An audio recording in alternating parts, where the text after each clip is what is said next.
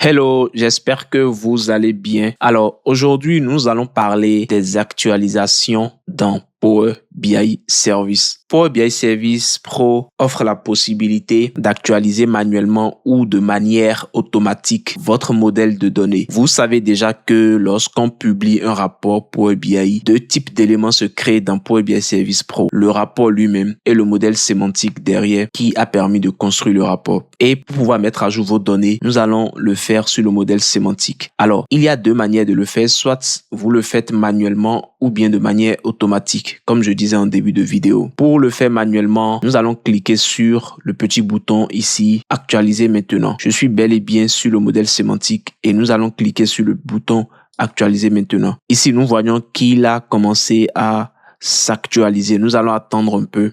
Nous lui laissons le temps de terminer l'actualisation. Normalement, ça ne devrait pas durer parce que mes données ne sont pas trop volumineuses. Il tourne encore.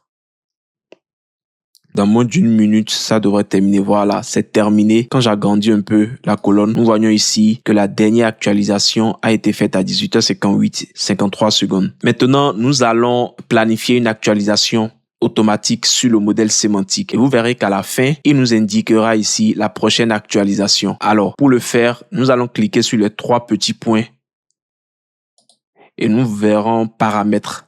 Nous allons donc aller dans les paramètres. Et si nous voyons qu'il y a plusieurs onglets. Ici, l'onglet qui nous intéresse, c'est l'onglet modèle sémantique. Et dans cet onglet, le paramètre qui nous intéresse, c'est le paramètre actualisé. Nous allons donc cliquer dessus. Et ici, il est désactivé. Nous allons l'activer. Et ensuite, il nous demande quelle est la fréquence à laquelle nous souhaiterons actualiser notre modèle sémantique. Nous pouvons l'actualiser de façon hebdomadaire ou bien tous les jours. Nous allons le laisser sur tous les jours. Ensuite, nous allons rajouter les heures auxquelles nous voudrons que notre modèle sémantique s'actualise. Alors, nous allons mettre par exemple 10 heures. Nous allons rajouter 11 heures aussi.